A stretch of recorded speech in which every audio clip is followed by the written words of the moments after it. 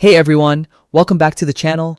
Today, I'm going to walk you through a quick and easy guide on how to manage your billing on GoDaddy in 2025. Whether you're running a small business, managing multiple domains, or just maintaining a personal site, this tutorial will help you stay completely on top of your payments, renewals, and billing details. Let's jump right in. First, open your preferred web browser and head over to godaddy.com.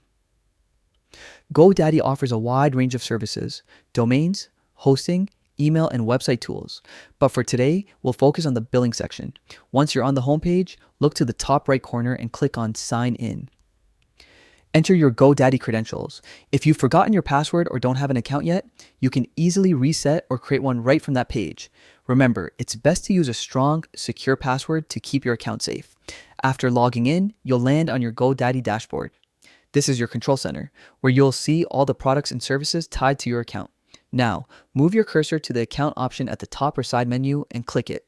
Inside the account section, select Renewals and Billing. This is where all your billing details live, from active subscriptions to upcoming renewals and payment methods.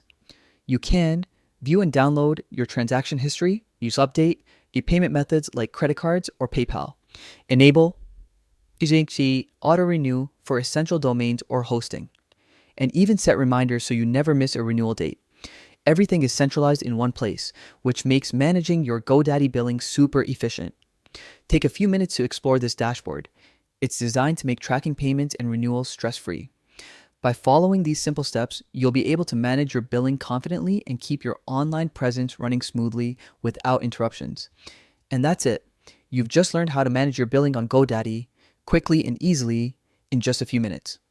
If you found this guide helpful, don't forget to like this video, subscribe to the channel, and turn on the notification bell so you never miss future tutorials and tips. Thanks for watching, and I'll see you in the next one.